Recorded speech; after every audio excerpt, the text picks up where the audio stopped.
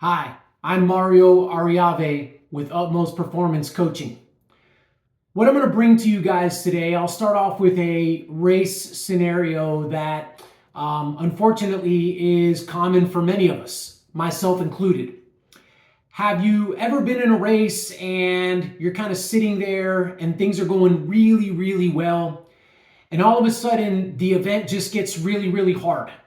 Somebody decides to do something to attack, to try to bridge up to some kind of a breakaway or a move, and it's time to get on it. It's time to put down some, enormous power, some big watts. And so you make the decision to do so, and it goes well. And you're able to follow that rider. You're able to get across to the move. You're able to, get in the initial move yourself, whatever it happens to be. But that first phase where you're having to go significantly above your threshold power, you got it. You were able to do it, and things are going great. But then what follows is not having to ride at that power to be able to make that difference, to be able to get that separation, be able to make that move. The intensity does come down, but it comes down to a level that's not quite noodling around. It's not quite bass type power, or maybe even tempo type power. It's a power that you just had to go above threshold for, a pretty short period of time. And now you guys settle into the ho-hum of rotating through in that breakaway or whatever it happens to be. And it's right around threshold, and you begin to struggle. You're fatigued. You begin to realize, man, that acceleration, that standing up on the pedals, that attack, those big watts, they really cost me, and I don't know how long I'm going to be able to hold this particular type of intensity for.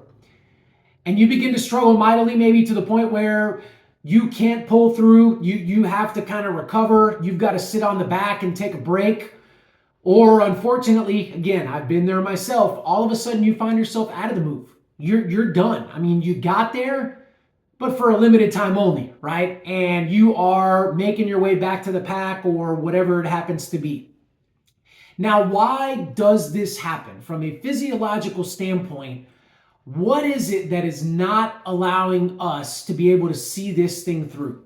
Well, let's go back to kind of what had to happen here. An initial acceleration, an initial jump, an initial standing up on the pedals, whatever it happened to be.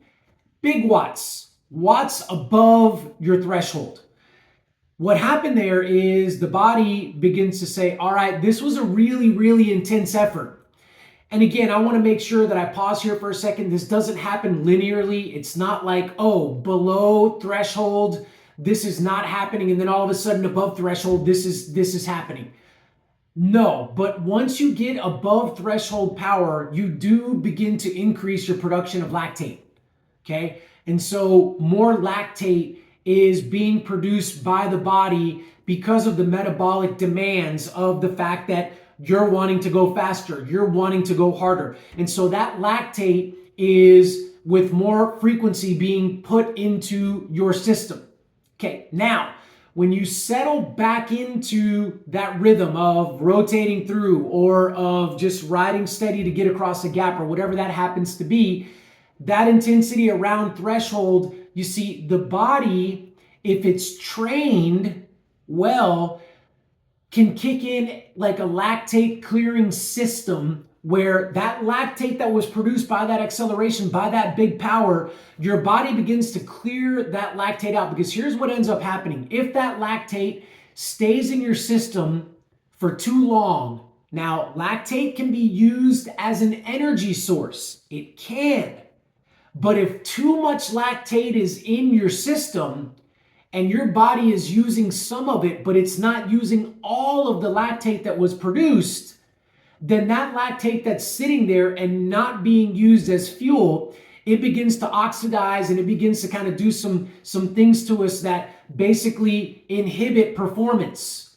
So as long as you're able to use that lactate for fuel or clear that lactate, then you're all set and you can continue to ride. You can continue at that particular intensity. But what happens with many of us is that initial acceleration, there's too much lactate in the system, and then we haven't trained the ability to clear that lactate, the ability to use that lactate for energy to keep us moving forward. So, enter the topic for today's video. We're going to talk about a workout that you can do that will help with this. And many coaches typically call these things over-unders. And it's exactly what you think it is. So we're going to do intervals where we go over threshold. We're going to instigate the body, push it towards, hey, I want you to produce some lactate.